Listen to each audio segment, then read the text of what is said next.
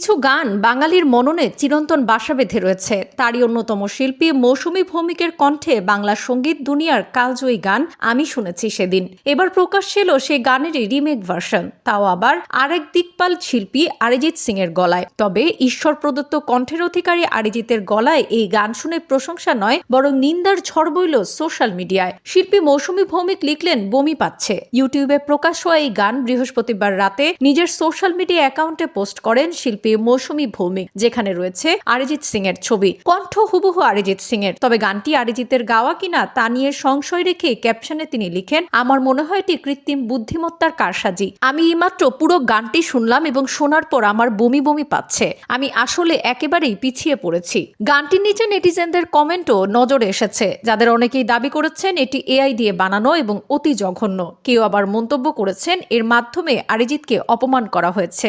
উল্লেখ্য, আরজিকর কাণ্ড নিয়ে উত্তাল রাজ্য। আলোচনায় উঠে এসেছেন অরিজিৎ সিং। মানুষ প্রশ্ন তুলেছে কেন শিল্পী কোনো মন্তব্য করছেন না।